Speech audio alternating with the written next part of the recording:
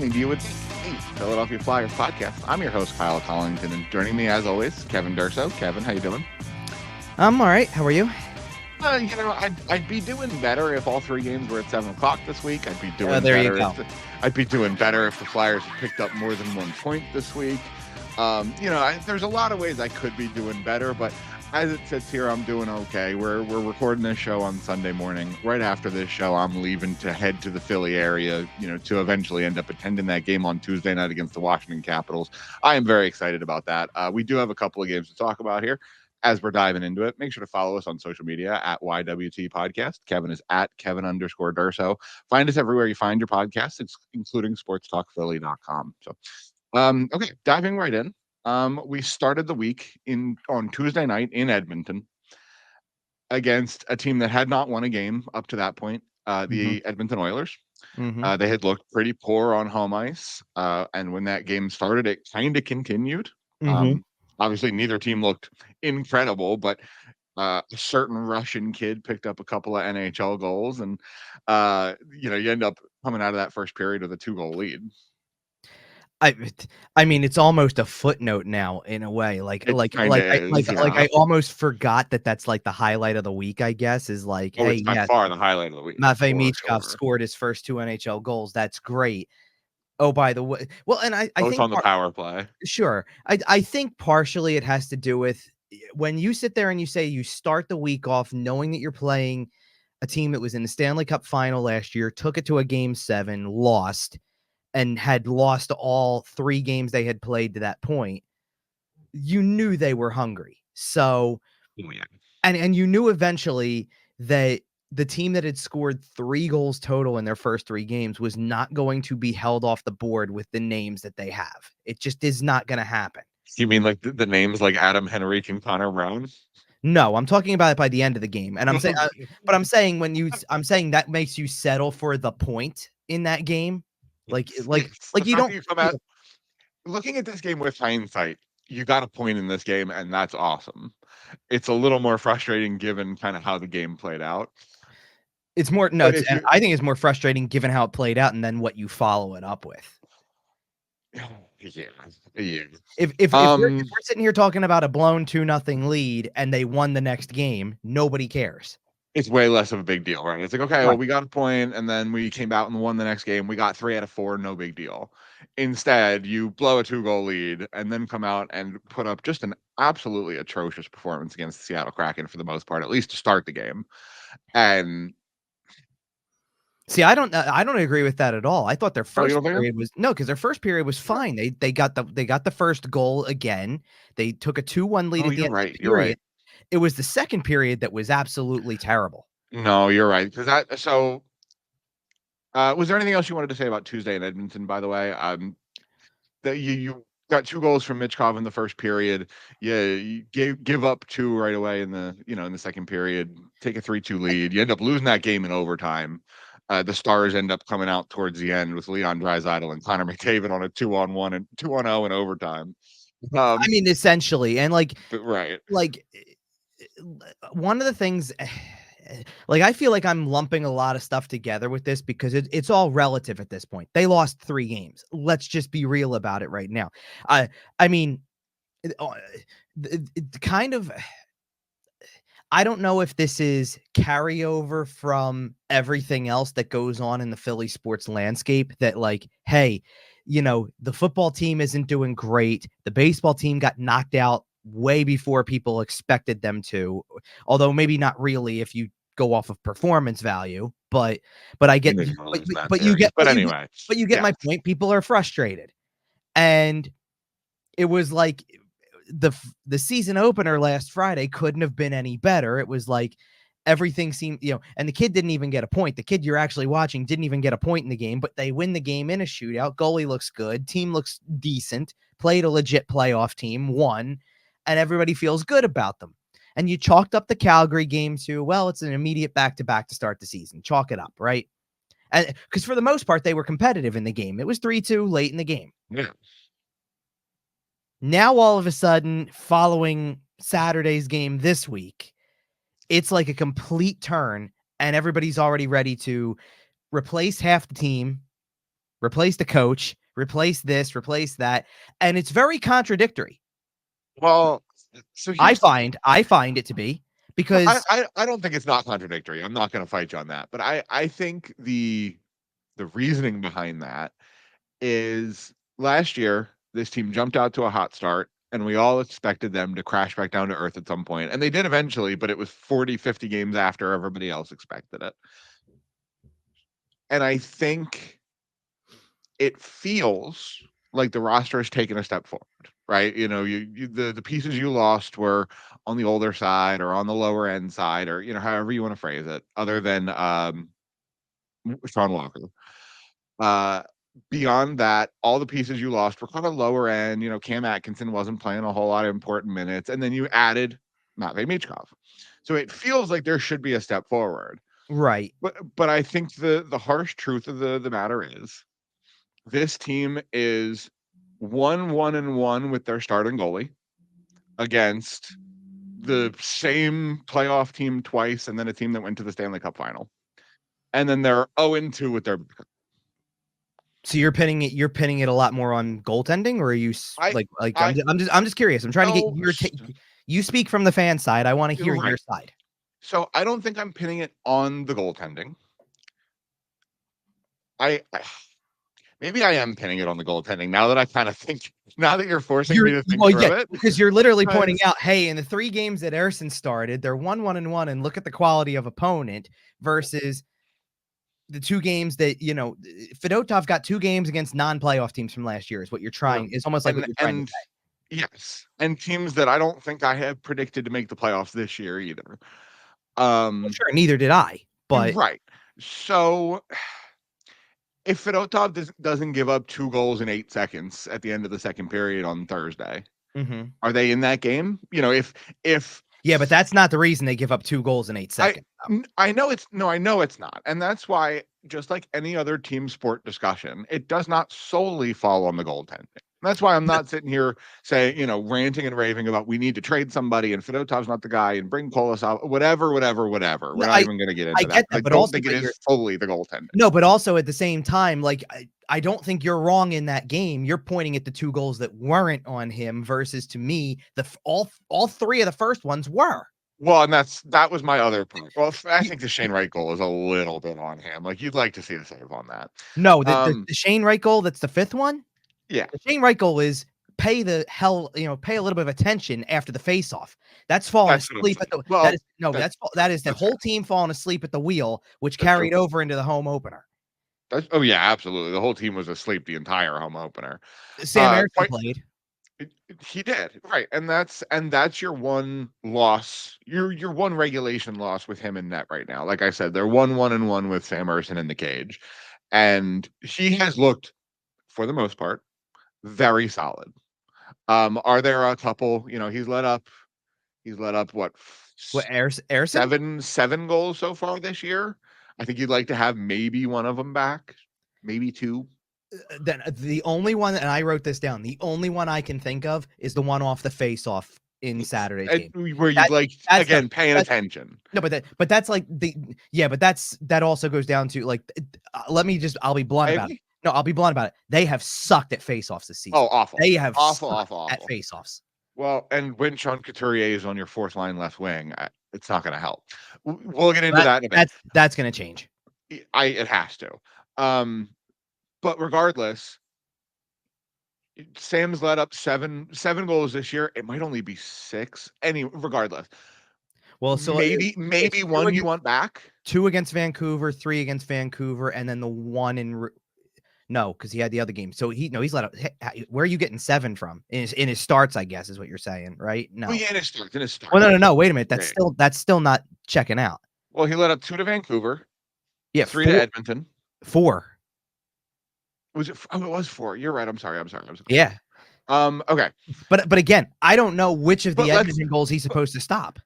I don't necessarily disagree, and that's why I said it's 1, maybe 2 at the most. Whereas, with some empty nets involved, Fedotov's given up what, 9 or 10 at this point. Fedotov gave up 5 to Seattle and gave up 5 against Calgary. It's 10. And I probably want 4 of them back minimum that he should have had. 4 is probably about the right number because I'm coming up with one specifically in the Calgary game. Generally speaking, the first goal in the Calgary game, you just don't want to give up, period. I don't even pin it on the goalie. It's a bad bounce. Well, for sure. Just don't even let that situation come to be where you know. I think that really stings your goalie's confidence, but it's not his fault. Right. But then the second one was Yep. in that game. And then 1, 2, and 3 against Seattle were definitely. Right. And so I think I am blaming it on the goaltending, but I would like to acknowledge the duality of I'm not saying that Fedotov needs to be fired into the sun. Has he been atrocious? Yes. Does he need to get better to stick at the NHL level and continue making a significant amount of money? Yes. But from what I've seen so far, again, we're talking about a guy with 5 games on North American ice and only 3 starts. I hear you. I acknowledge that he needs to get better, and I'm willing to give him a little bit of rope, but I think that is why the team is where they're at right now, factually. And right? It is a piece of to me, it's a piece of the puzzle. Sam Ersson, if it's the same exact game on Thursday with Sam Ersson in net, Seattle does not score 6 goals. They just don't. They probably win that game. At minimum, they probably get a point out of it. And again, I don't think that's necessarily the worst thing, because again, did I pick the Flyers to make the playoffs in my season preview? Yes. Do I still acknowledge that they are very possibly a bottom 10 team and will end up, in the lottery hopeful range? Yeah, that is very much a possibility, because this is still It sure as hell is now. Well, this is a developing team that does not have a ton of depth of talent. Through the first 5 games, I texted you about this the other day. The defense has been so atrocious. I miss Nick Seeler. Oh, he is. I'm willing to give Nick Seeler Norris Trophy votes at this point. And I'm joking, but the team, there's no structure. This team has the structure of chocolate pudding. Do you want to know why I think that is? They have put such an emphasis on this power play needs to be better. It feels like they haven't worked on anything like that. Anything else. No. Well, and not only that, but I saw specifically watching the game on Saturday because it was the first one I got to see in person. And maybe this is Vancouver knowing better even from one game played against them and taking tape from the season open. And Vancouver is a better team than the Flyers are. I will say that. Sure, and I get that. They take away if the answer is for the Flyers to try to move the puck fast and get through the neutral zone fast because transition was what was so successful, teams are taking it away this year. They know. Don't let them get moving. If we don't let them get moving, we're going to hold them down, and then we'll be able to do whatever we want to because the Flyers just don't have the skill and the structure to get through you. Their only play is to get past you. Well, it's not even that. I don't think it's even that. It's right now, everything is forced. They are overthinking the entire process, overpassing, not shooting enough. When they do shoot, they don't hit the net. It is a very flawed team at the moment that needs to get it on the rails quick if they really want to be, and I'm not trying to sit here and say, like Danny Briere told you from the jump, it may be a step backwards. Absolutely. This is still the rebuild is not over. No, but the general manager is right now is the biggest realist on the team. Because the coach isn't going to talk like that. The coach is out there trying to win every game, and the players are out there trying to win every game. And so far, what you've seen through 5 games is a team that is not close to good enough. And I don't know. And this is what I worried about it's really 3 things, but I'll lump it all together. Because I even said the backup goaltending needs to be better, and goaltending in general, but the backup position needs to be more solidified for you to have a shot. Defensive structure needs to be on point for you to have a shot. What's that? And to be honest, I think that so far this is a team that is resting a little bit on the laurels of look at how we played last year. We're good enough. I agree. And they're gonna find out that not. Well, no, not even. It's not even that You can't just talk the talk. You got to walk the walk. So to sit there and say, oh, I think like now we're not going to surprise teams as much. Teams know we mean business when we come into play. Then you got to mean business when you come to play. One of the worst parts of that game on Saturday in particular was, did you see any life from that team? They rolled over in line. No. Did they have any sense of physicality? Did they have any sense of anything? No. And I'm curious. Like now, actually, like I'll make a point because you brought it up in text too as well. Yeah. At one point during the week, I honestly thought that some of the stuff about everybody going, well, nobody came to the defense of Michkov or Konechny during that Seattle game. Man, I hate that. That's terrible. Well, all that type of stuff. And I really thought for a little bit, that was overblown because I'm like, maybe at some point in time, especially if the game is getting off the rails as things are going, like they're trailing. The last thing you need is to have anybody step in and then be off the ice for 17 minutes because that's how the league handles these situations. Especially when you're trying to come back and, at one point in time, you're within a goal of Seattle. So, like, I understand. No, right, but you don't know that at the time. Right. Like people were going nuts over that situation. And I kind of thought for that particular moment, it's the end of the road trip. It's overblown. And then they just looked like they had no juice at all for the home opener. Well, and I wonder. And I know that the trip happened. I get it. But like, right, you don't have an off day. You travel on Friday. You don't, Well, when did it like it's not even that though. It's not even just that. Vancouver was in Florida on Thursday, and I'm sure they played Tuesday in Tampa. Probably, yeah. Yeah, but a couple hours up 95 isn't the same as across the country. Let's be honest.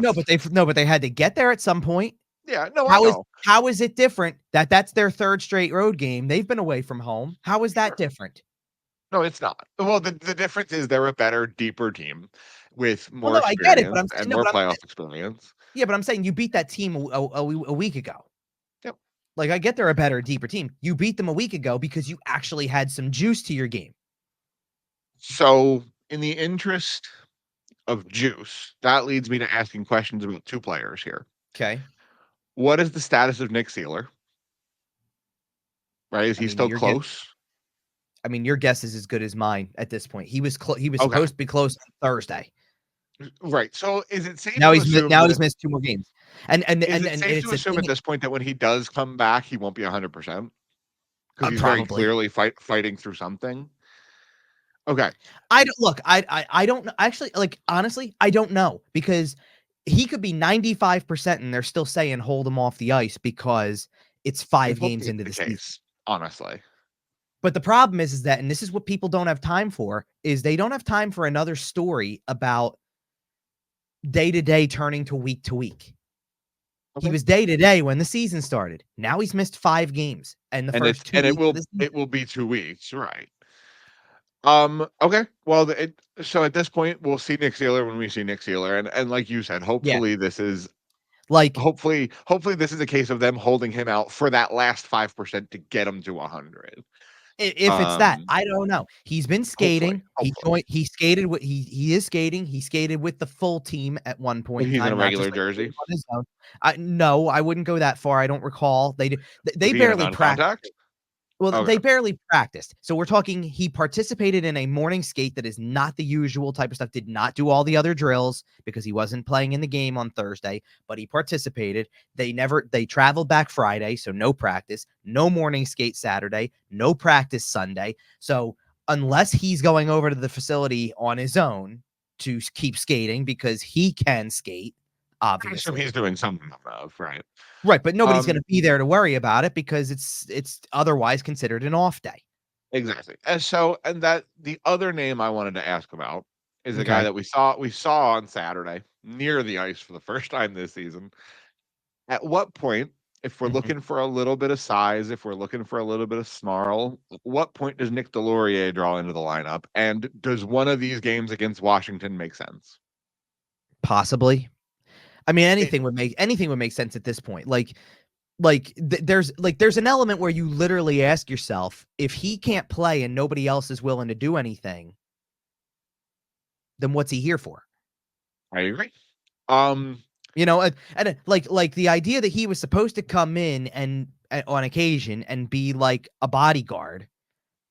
Well, so far, and I'm going to tell you right now, like they did introductions. He got one of the biggest cheers among Yeah. players because, Well, sure. well, right, because why? Because he's Look the at the tough role guy, he plays. Right. right? And I get that, but it's like he got this huge cheer, and it's and for all this stuff, like I'd have to go back now. I'm actually curious because I want to go back and actually see how many games because he wasn't playing a whole hell of a lot down the stretch either Right. Well, right. When you last were year. putting the lineup on the ice to try to give yourself the best shot at winning the game because you needed the points, Nick Delorier wasn't in your lineup. He's on most nights, he's probably not one of your 12 best forwards, but he's a guy you bring in to send a message to your locker room after you get shut out 3-0 in your home opener and look dead the entire time. I'd like to see Nick Delorier on Tuesday. That's just me. I hear you there. I get where you're coming from. I'm okay. That's really interesting then. So Nick Delorier has not played in any of the first 5 games this year. He did not play in the last 6 games last season. So he has sat out 11 straight games as a healthy scratch. What were they To, doing to the begin last with, 6 games? well, hold on. He played on April They were 1st. gripping onto a playoff spot with all their might. Sure, I get that, but and hold on, it doesn't. It's not even just that he played against the Islanders on April 1st and was scratched for the previous 5 games before that, and then that was where there was some regularity in the lineup. So he was a healthy scratch for 11 of the last 12 games last year, and now all 5 this year. So The only thing we talked about the last 12 games of the year last year was they need points, they need to make the playoffs. And they didn't get any. But like he's out of your lineup because he's not a great hockey player. I like Nick Delorier. I like what he brings to the because he's got a roster. role, like you said, Exactly. He's and Ryan on Reeves. yeah, He's but any of these big and guys. honestly, it doesn't even matter. Like honestly, like the fact that we're even having a discussion, like I wasn't even prepared to have a discussion about Nick Delorier today because it's so out of sight, out of mind. Not in terms of that whether or not he should be playing. It's like it's not even the beginning of the issues with the team. We touched a little bit on the goaltending. Obviously, the defense has been a huge, huge, huge problem. That Zamula Ristolainen pairing has been terrible this season. I agree. A- Well, And then and then because of it, you've got to put Eric Johnson in the Nick Sealer spot with Jamie Drysdale. That pairing's been an adventure. he Johnson can't. now Johnson admitted, like I don't like to be honest, I don't even think like Johnson's not one of the first 2 names I mentioned when I talk about the defense. No, He's not. no. Now He he'll shouldn't be admit one of the first 6 names you mentioned well, in an ideal world. no. I'm not talking Right. about by who's in the lineup. I'm saying if I'm Okay. telling you how bad they are, he's not the first 2 names Okay. I'm mentioning. It's Okay. that Zamula Ristolainen pair that comes first. But That's been John tough. Like Johnson's not really on the ice for the goals against as much as those 2 have been. Like Zamula is something like I'd have to go check. I'll grab while I have hockey reference up for the other because I was looking at the schedule to see when Nick Delorier like Yeah, yeah, yeah. how many games he missed because it's way easier to look at games played. I just want to see. I think Nick Sealer coming back from injury solves a lot of your problems here, right? One, it helps your defense. It helps you stabilize, get everybody in the right spot, get everybody playing with the right partner. Well, sure. Like I so, think Rasmus. I think a little bit of physicality in your lineup, and this goes for Sealer and Delorier. Having a little bit of physicality in your lineup changes the way teams play against you. And I think teams are playing against you this year a little bit differently because they're not worried about getting beat up over the course of a game. Tell They're that, just yeah. not. Well, no, but just tell that to the people that talk about Rasmus Ristolainen that way. Like the guy had a good camp. He's been terrible this season. He had a great camp. I came on here and said he was maybe your best or second best defenseman through most of camp. This is Rasmus Ristolainen who's supposed to throw the body like nobody's business, right? He was supposed to be enormous and What take up all this five space. And five five games -3, 9 hits. Since when? You know what I mean? Like Owen Tippett's got more hits in 5 games. Scott Lawton's got more hits, which is normal. Garnet Hathaway's got like Lawton and Tippett have more hits than Garnet Hathaway does too. Now Hathaway, at least I see it. Like Hathaway took He's trying. Hathaway took 3 penalties in the game too on Saturday. Yeah, see, through the first couple games of the year, he was doing a really good job of drawing penalties. And I Well, think technically he did in Saturday's game too. He actually, in taking a penalty, drew a power play. okay. But I think that first couple game shtick when the refs are calling everything and everything's a little bit tighter, I think that worked for Garnet Hathaway. As we move into the season and the whistles loosen up a little bit, Right. things settle down into the normal. I think he needs to adapt and adjust and, not But take the like, penalty as well. well, and I hear you there, but like, so like part of the equation for me with this also is that like, because you mentioned the abundance of penalties in Yep. the first few games, and I agree. Like that was one of the things for That's always me. the case. No, but that was one of the things for me. Like the Edmonton game in particular, it's I in one of my various stops over the last week because I did a lot of other stuff. I had a lot of other stuff going on. I even said like 3 games in, I've learned nothing about this team. It feels like because they've hardly played at 5-on-5. It's all been power play or penalty kill time. So like it's Yep. great that like the only thing I've learned is no kidding that Matvei Michkov makes the power play look more competent. That's about all I got. Like the penalty kill was still decent, Yep. and the power play is not going to be perfect, but it's at least I would like the Listen, one. they've been last in the league for 3 straight years. If No, it's no, not it that, no, but it's the one thing that they have is that you don't feel like you go into a power play because of Michkov. You don't feel like you go into a power play dreading it. You feel like maybe there's something like they there had might actually be some advantage here. they had what I think 3 power plays in the game, 2 or 3 or something like that in Saturday Which in one? Sat in Saturday? yeah, I'm looking at I'm Man, looking it up now. they had a couple and the They power had play 3. never looks good. Right, but that's what I'm saying. Like that was the first game this year. Well, even the last one that they had. The last one they had was much more on par. They just didn't score on it because it was like, Yeah. well, you know what it is? It was the situation where now you're into a spot where the game is getting to a point where now you're trying to. It's like you're trying to score all 3 goals on one shot versus just And chip you just away can't at it. do that. If they scored a power play goal there, maybe that's some juice there, and then they go through the rest of the period. They might lose the game 3-2 still, but it might be more competitive. Speaking of guys who are trying to score 3 goals in one shot, can Owen Tippett relax, please? He's one of the. I mean, he's one of the. This is just his game. Man, I know it is. I know. I And mean, once he finds it, he'll put up 6 in, a week and a half or whatever it is. I know. yeah, and I mean, But he's in the close, right? meantime, man, oof. Like you have 2 situations there, and whether like Owen Tippett's had 2 chances so far to turn a game on its head because he hit a post against Edmonton when they were leading the game 3-2 that very well could have been the dagger because he made a great move to get even into position, right? So that was one. And then he had the post against Vancouver on Saturday where anything would have sparked something. Konechny hit one too, where you're like, oh man, if they would have just gotten one There's a there, couple it of might those. turn the whole game around. I'm curious for your read on it. The 2-on-1, Mitchkov and Tippett. Right. Should Tippett pass that puck? I don't hate him shooting the puck. That's not the problem. And I'm not sitting here roasting him for it. I'm kind of trying to figure out how I feel about No, it but because I like the confidence of the shot. Owen But Tippett man, in particular has a problem with the way he scores goals is he picks corners. And because he's yep, trying to pick a corner, he misses a lot. the margin for error is very slim. Totally. So you can put it off the post, you can put it a foot wide, you can put it a foot over the net. It doesn't matter. And that's why I'm saying once it's on, it'll be on, and he'll score 5 goals in 4 games. And that's just how it works when you're a corner picking guy. But like Tippett had 4 missed shots on Saturday, and it feels like he has like 4 a game. I get it. I get it. I totally get it. Collectively as a team, now Tippett only accounts for 4 of these. They had 23 missed shots against Vancouver. You're out attempting the team. It makes it seem like you're playing a more competitive game. You're missing on so much that it just continue it further highlights It's one of the impossible to weaknesses. get any sort of flow.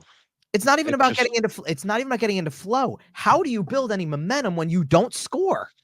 right. At some point in time, you either bury a chance or you're going to get scored on. Like they're so deficient defensively that you better be able to score. Like I want to go back to some of the games that they played early last season because it's the same thing every year. It's not just the Flyers. Every team has big time struggles when it comes to defensive structure. Look at some of the scores that have been around the league since the start of the season.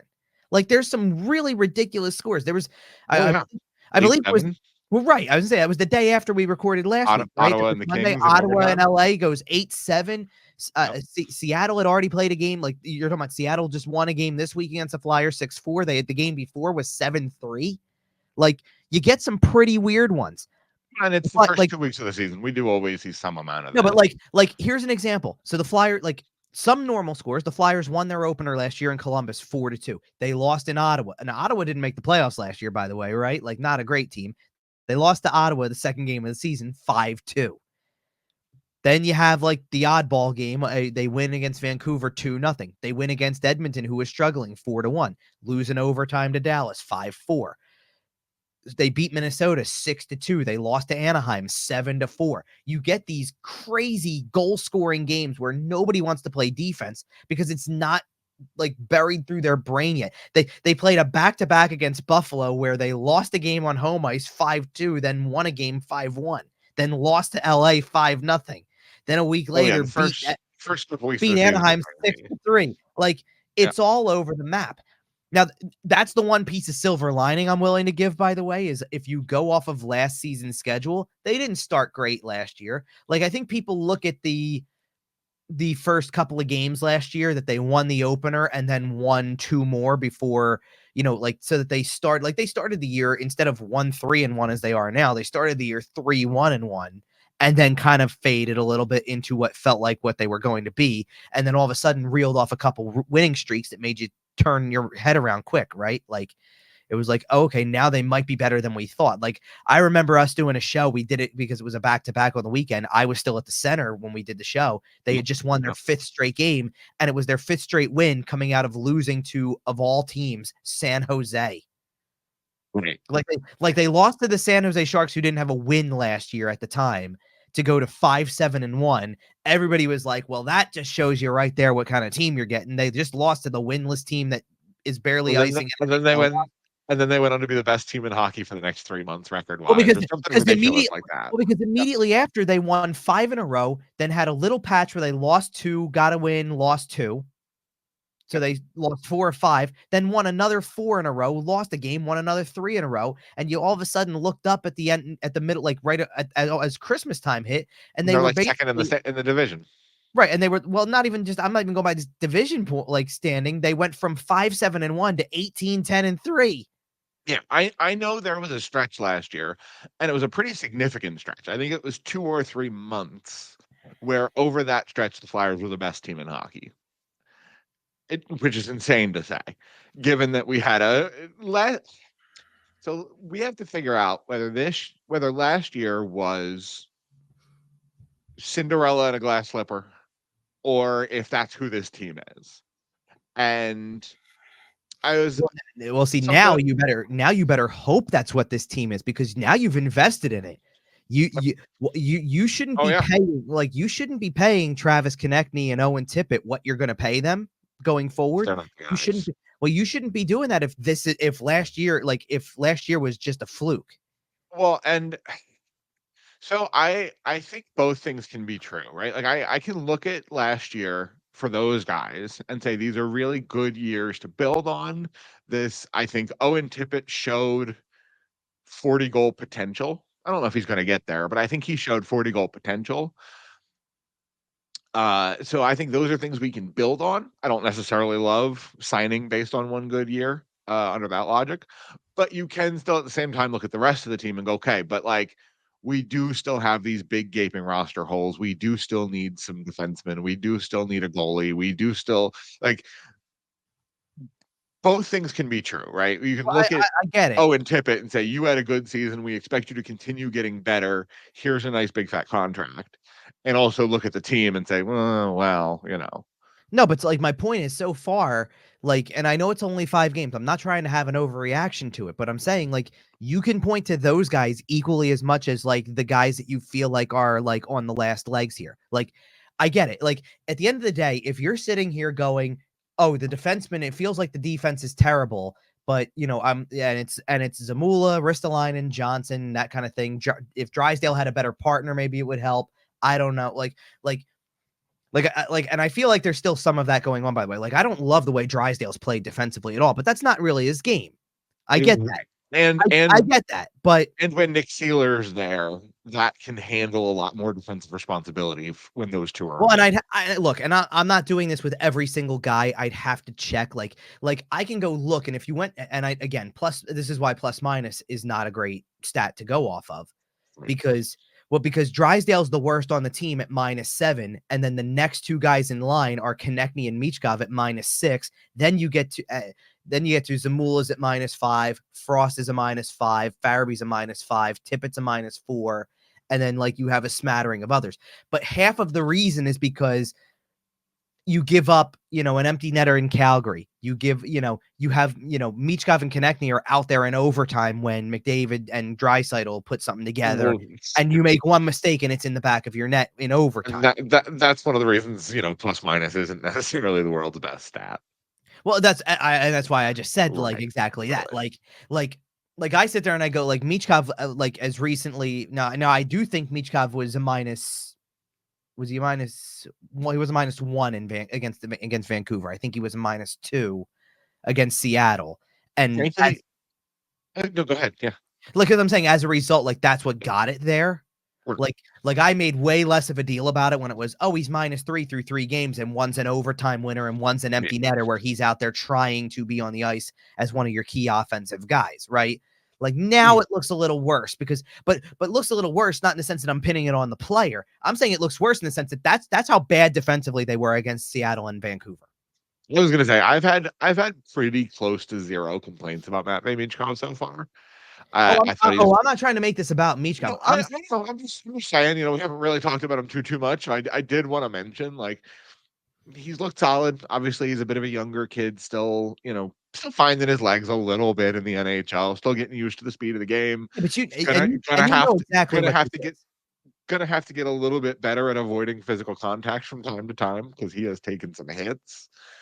I don't think he's been hit that bad other than the one in Seattle, like the one which by the way probably was a boarding penalty. Should have been, yeah. Right. That goes uncalled. So like, it's been preseason mode for the refs too. Like it's been like it both ways. By the way, like absolutely, no bias. They've just been awful. No. Like it's just been one of those things. Like you have certain, and I'm not like trying to pinpoint, but like it feels like in every single game the Flyers have played this week, there was one official that called all the penalties and one who let everything go. Sounds about it was really funny, like to watch. You just gotta identify which ref murder is legal in front of, and then go play in front of him. But no, I'm not trying to make this about like I wasn't trying to make this, and I know you want to highlight Mich. Yeah, but what does that almost sound like? What you're talking about with Michkov? Sounds a lot like Connor Bedard last year in Chicago, where it's like, yeah, just because you're a great player doesn't mean that the whole team just gets better right out of the gate. Right, and turns out the ice in the OHL or the WHL is the same size as the ice in the NHL. Michkov has even a different excuse where the dimensions are a little different and the angles are different. And when you're a creative passer, open space kind of guy like he is, it's going to be a little different. No, but I also like to your point about the physical contact stuff too. I also get tired of seeing that too because I'm sorry, did I not watch Connor Bedard take it to the jaw last year and stuff like that? Like they're like every one of them gets humbled in some way as being the young kid who doesn't have all the size in the world yet, who's still growing into his body. Like, yeah, and we talked about it preseason. Like Michkov's not frail. He's not petite. Like he's a well-built kid. Like he's going to be able to take No, and by the way, I saw a lot of people get freaked out because as soon as the hit happened, Jim Jackson like when he's hurt or whatever. The reason why is because when he went down, he put his hand to his head, which certainly could indicate you're not all there at that given moment. And that's what at very minimum, you're likely to get the attention of the concussion spotter at that point. I don't know Right. if he did or not, Well, but no, well, presumably Travis Konechny did later I when assume Travis Konechny when the did. helmet popped off and he left, but he's been fine otherwise. He walked right back in and immediately started punching a guy in the face. So clearly he felt okay. Yeah, And listen, that's I'm the not, one thing they have done well is they've been willing to fight people. Apparently, I mean, uh, unless you look at that Seattle game and realize nobody didn't. and that's what makes that. And again, listen, I'm gonna overuse a term, lack of response. I think that's what makes that lack of response even more surprising is because you have seen this team stand up all year. And I saw Travis Konechny get absolutely stapled into the boards, and then a teammate just kind of cruised by. I And think it I just think it struck might have me as been weird. if I'm not mistaken, wasn't that Michkov? It might have been. And like I don't Which, no, expect like who you don't and want fighting people. no, absolutely not. Absolutely not. But like growing up in this city, watching this hockey team, that visual hit my brain wrong. That No, hit I my know it hits brain everybody. like this is a problem. And I'm not saying it is. I'm not saying it is. And again, I don't want Michkov dropping the gloves there. But if that's even if you go back a while, even if that's Simone Gagne skating by, Right. No, he but at least grabs the guy and goes, "Hey, whoa, no, hey," and he doesn't do and I anything, can but counter he my holds him until somebody else shows no, up. and I can counter my own point because Michkov has done that. I agree. He's done it in other games. So it's like, what am I like? What like I'm countering my own point with? I know you don't want him fighting somebody. Show a little bit of passion here, show a little bit of defense, and that I'm gonna chalk it up to we started the season on a 4-game road trip in Western Canada on a vastly different time schedule. We just traveled the border yesterday to get back into the States. I'm gonna chalk that one up to tiredness. And again, I don't know if that's an excuse. You know, we're professional athletes It is, making millions but of dollars. But but generally speaking, it is. something can be a reason without necessarily being an excuse. No, but I'm saying it's an excuse. Generally speaking, I I'm agree. sure that that comes into play if you have a mental lapse of like I didn't jump in to defend a teammate in that specific moment. Isn't That's fine. where I think it gets overblown. That I agree. like you don't like it doesn't like there are times where it doesn't happen every single time. Totally. You know, Right. and When even if you think it's it's warranted, it's like, listen, that's a call you have to make, split-second decision, and if you and let's put it this way, the later you go, the worse it's gonna look. absolutely. They're Well, gonna tag you with more, and you're gonna put your team even further shorthanded. and the fans looking at it the whole way, we know that it's Michkov and Konechny, you know, probably your two best forwards. But like you said, on the ice in that split second, like I said, I'm gonna give these guys the benefit of the doubt. I'm gonna chalk it up to the end of the road trip and the travel and the blah blah blah. Maybe that's an excuse. Maybe that's a reason. You can take either Right, direction. But that's what I'm gonna chalk it up to, just because we have seen it other times. We saw it right. all through the preseason. We saw it, you know. I think we're gonna see it this week because, and I this will kind of transition us to our looking ahead here. Mhm. You play the division this week. You get Washington twice this week. It's time. Yeah, you can mess around with the Western Conference all you want and play a couple Pacific Division teams and have a little. You got Washington back to back, Right. Tuesday in Philly, Wednesday in Washington. You're going to see Tom Wilson all night long. Get ready. If he's being physical and not scoring a ton of goals. Regardless, you got to be ready for him. Oh, I know. No, I'm just saying you usually we specify and it's Tom Wilson's the physical guy who's gonna try to pick a fight with somebody at some point, and I Ovechkin's really, gonna be the guy who is doing the I'm goal scoring. I'm nervous that he scored one. What that Ovechkin did? Yep, yep. Sure. Here he comes. He's only 41 away. Well, and let's be real. At some point this week, he's going to have another goalie he can add to his book. Oh yeah, You oh know, yeah. Well, because he'll see Fedotov on Tuesday or Wednesday, I'm sure. Probably Wednesday, I would imagine, right? Because you're thinking you go Ersson Fedotov here, right? I don't know. Because I mean, you need 2 points. Like I think if you had one on Saturday, you could go Fedotov Tuesday. But I think with Urson or with you losing that game on Saturday, I think you need to run Urson again on Tuesday in front of the home crowd. Possible. I wonder if you run Fedotov in front of the home crowd just to break it up a Somebody's little going bit. to that game. I really hope not. No, but hear me out too. If you play him Tuesday with the rested team Theoretically, and he's got a better shot. put the goalie you think is clearly better in the back to back when you need the sharpness, end of the I get day. that. End of the day, I think you'd want you would want Fedotov less in a game where you just played the night before against the same team, no less. So they have all this stuff. You want a goalie who's pretty much been sharp every time he's been out there. I think some of that depends on how you look at Fedotov. If you look at him as a guy who can win a game under the right circumstances, then yeah, you play him on Tuesday. Well, if it, He hasn't looked like a guy who can win under the right circumstances so far. because what he's doing wrong is fixable. That's also Hopefully, why. No, you would think. It has to be. It's to me. It has to be. It's positioning. You would think. Either that or like then the game is that different in the KHL.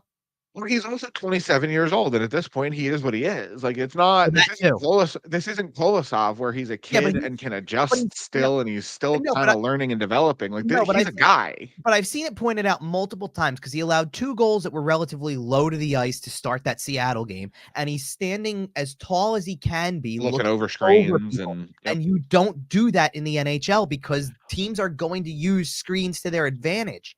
well, then the Flyers need to get a goaltender coach in there ASAP. Well, they have goalie coaches. It's just then you got to keep working at it and hope he doesn't default to something like that. Like that's at some point in time that's got to fall on the player too. No, like absolutely. Like how do But you if see, but how do you but see about goalies play the but position? about 10 minutes after it falls on the player, if he doesn't start to fix it, it falls on management. No, I hear you, but at the same time, okay, let me play devil's advocate for a second here, and let's talk about because everybody went right to we're talking 2 starts. The guy got 2 starts this year, and everybody wants the 22-year-old to come up and play in a game. Who proceeded, by the way, on Friday to play in the first make period. his second start. It's not even about looking awful. It's just he gave up 4 goals. One of them is his fault. He turns it directly over and it goes into an empty net. But the rest of them, whether it's his fault or not, it doesn't matter. He gave up 4. Playing behind a defense that's probably missing their top player because he's been sitting on the bench since he got called up to be an emergency replacement, as far as I know, right? But like my point is that changing out the goalie wouldn't do anything. And it's where my contradictory point comes in because it's what do you hear people say a lot about this team? Like, it's the same argument you could have with Jet Lachenko about whether or not he stays or goes after 9 games, because you could make the argument he's one of the 2 best centers on the team through the 5 games because, hell, you took one of the guys who was playing center and bumped him to 4th line wing before the home opener. I've already noted that I think Ryan Paling's had a rough start to the year.